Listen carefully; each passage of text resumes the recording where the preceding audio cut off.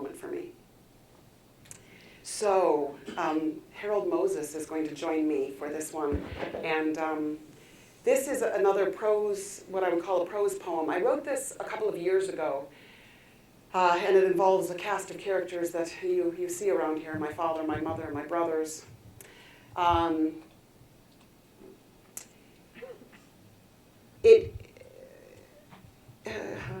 It came at a time. Well, you know what? I won't say anything about it.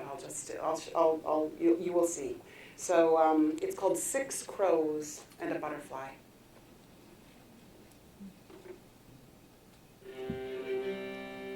I am 5.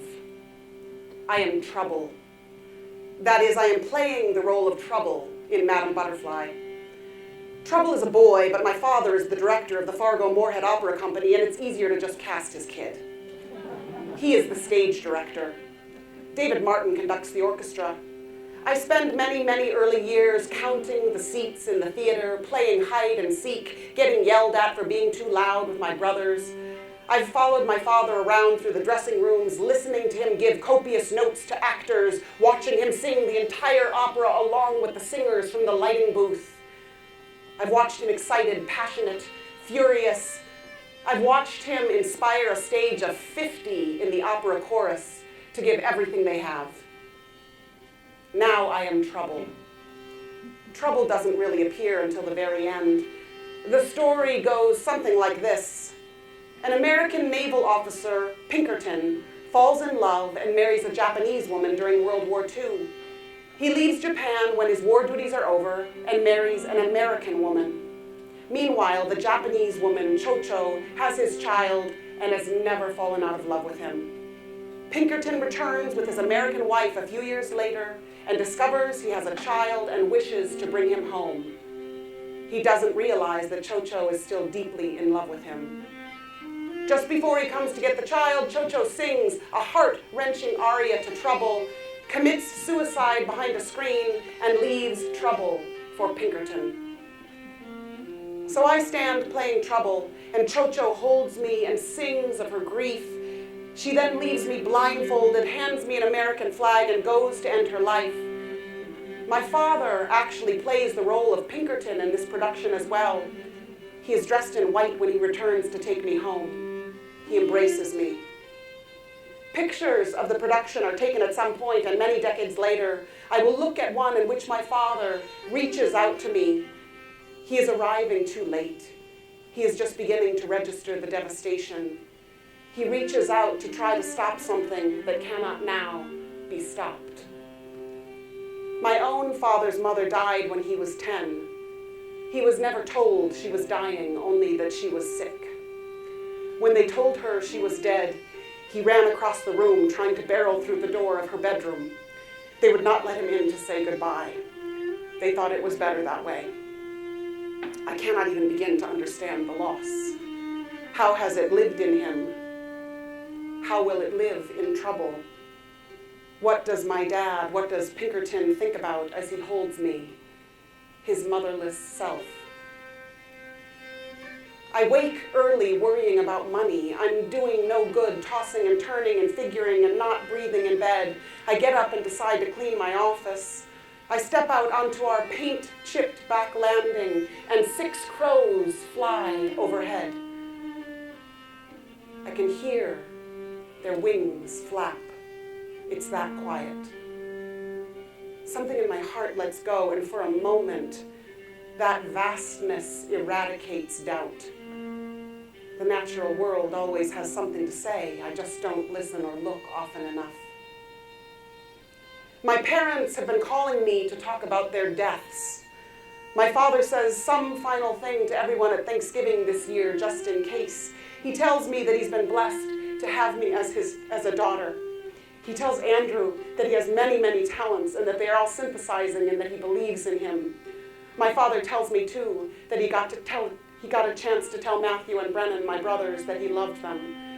I guess fathers don't tell sons that enough. I'm so glad he did.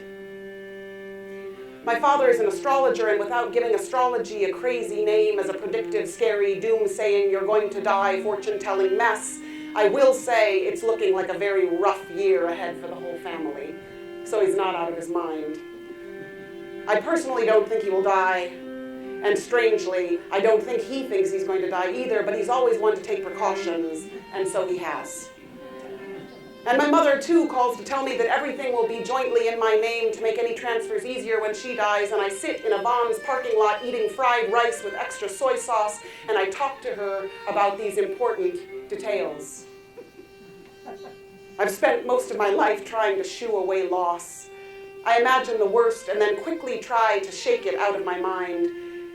These days, I've been trying to sit next to it on a park bench.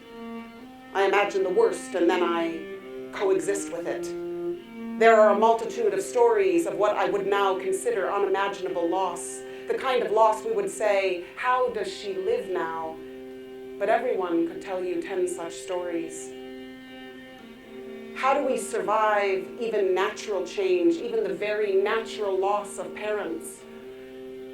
A dear teacher of mine tells me the story of being in Portugal in farming country. She is staying with her family. She's taking a walk. She hears wailing. A farmer sits collapsed in a field holding his son just killed in a farming accident. He wails. He cries. He moans. She says the sounds are not of this world.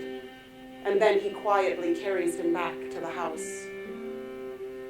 He let something go fully, bodily, entirely in the very moments of his son's death. He emptied himself. I don't know the rest of the story, but though he may have been quiet in the rest of his days, I don't imagine he was frozen in grief. His sound moved something through, made room for the trickle of the river of life to keep flowing. Why am I telling you this? 6 crows fly across my silent backyard this morning. Each time their wings stroke the air, I feel what it is to let something go gracefully. And I feel the vastness that holds it all, and I feel all the ripples of loss and how we continue. I am trouble. My mother is saying goodbye. I am looking out to an audience, some of whom are asleep, some of whom are crying. My little body does not know loss. Her song sung, her face pressed to my cheek, whispers that someday I will. Someday I will understand the song that can only come from a breaking heart.